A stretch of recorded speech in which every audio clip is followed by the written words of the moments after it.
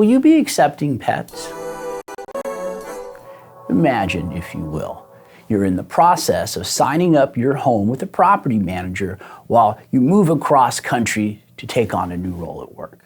She walks through your home taking copious notes about all the little details of your home, and then she asks, will you be accepting pets? You never thought about it. Should you accept pets? Well, this is a common question for landlords, and there's a lot you need to consider before you answer. I'll explain.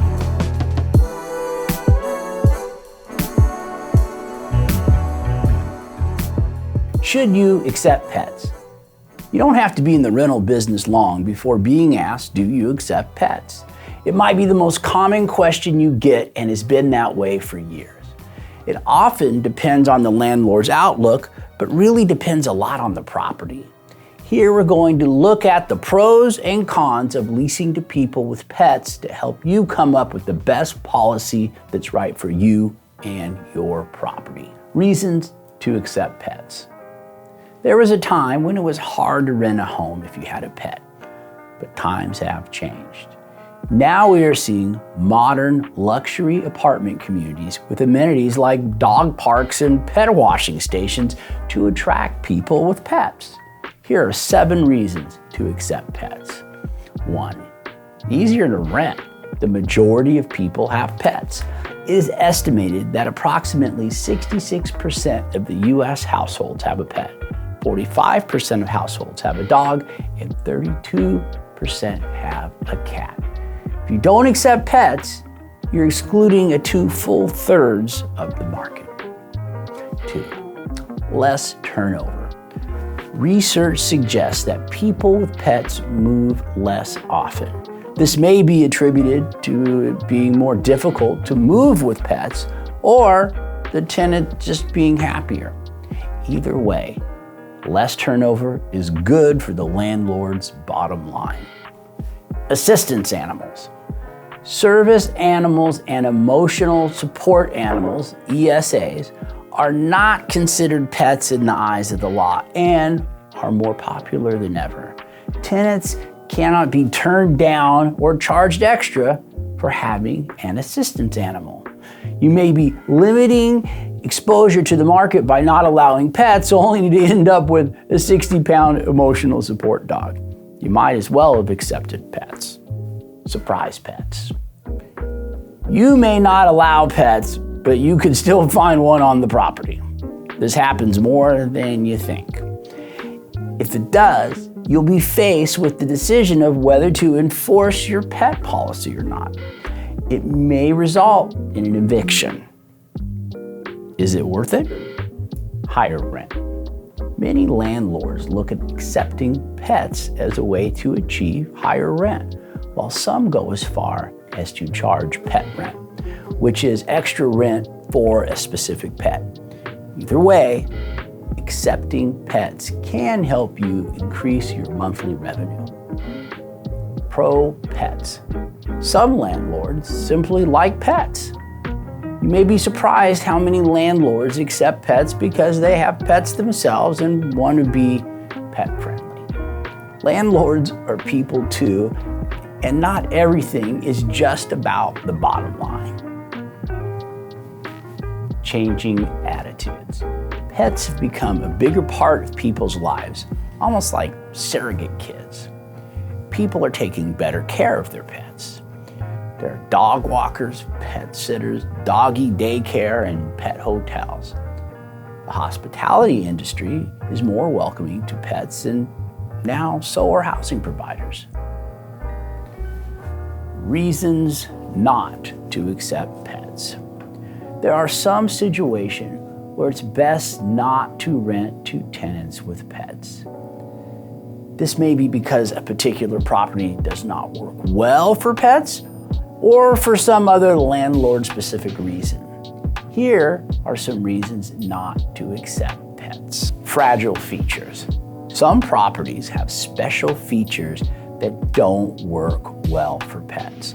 Examples include historic homes with delicate floors and antique built-ins that could be permanently harmed, or modern homes with high-end finishes that are easy to damage and expensive to repair.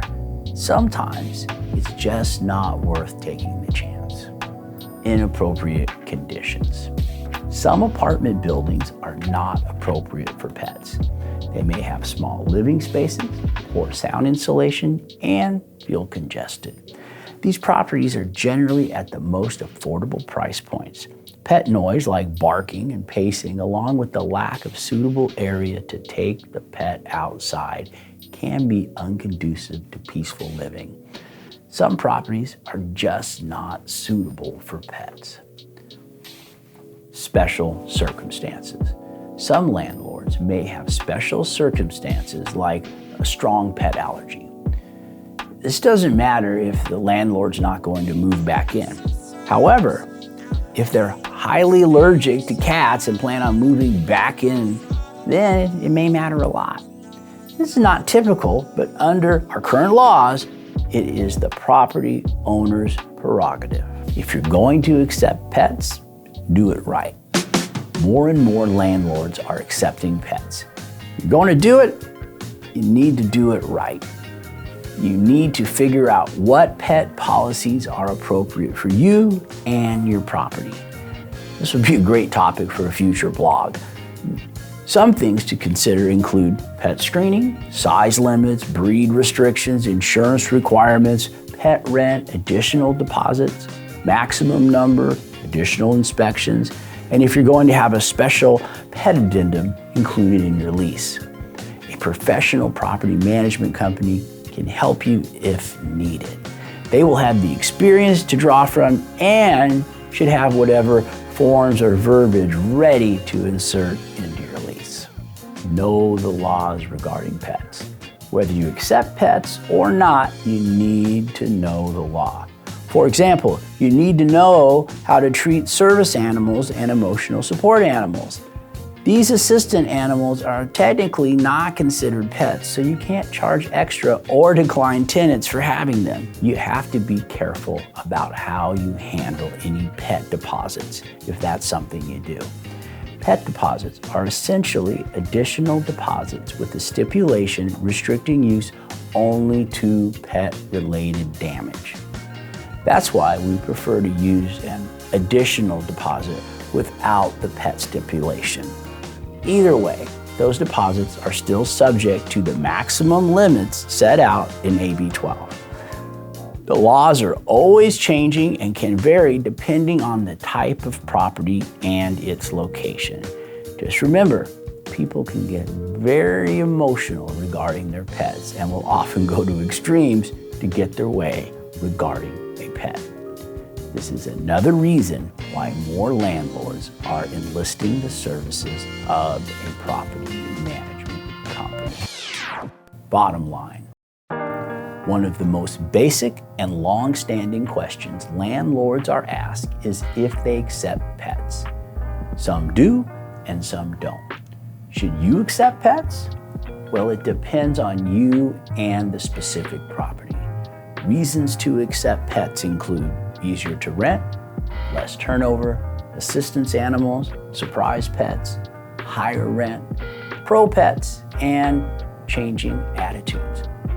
Reasons not to accept pets include fragile features, inappropriate conditions, along with other special circumstances you may have. There may be more pros than cons, but you need to consider them all when deciding what is best for your specific situation. If you do decide to accept pets, you better do it right. Some things to consider include pet screening, size limits, breed restrictions, insurance requirements, pet rent, additional deposits, maximum number, additional inspections, and if you're going to have a special pet addendum included in your lease. Follow the law and be aware of things like the difference between pets and assistance animals. You need to comply with AB 12 regarding deposits and be aware of any new laws that apply to pets. This is one more reason people are choosing to enlist the help of a professional property manager. Thank you, and we hope you found this helpful and informative. If so, please like, share, and subscribe. Remember, we're not attorneys, so we don't give legal advice. Laws are always changing and vary depending on the specific municipality in which the property is located. For legal advice, please contact a real estate attorney familiar with the laws in your area. For real estate advice, if you're looking for a reliable property management company to help you handle a rental property, or a real estate broker to guide you through the sales process in Long Beach, Los Angeles, or Orange County, California, or you're just considering it and have a few questions about real estate, contact the Mike Dunfee Group today. We're happy to help.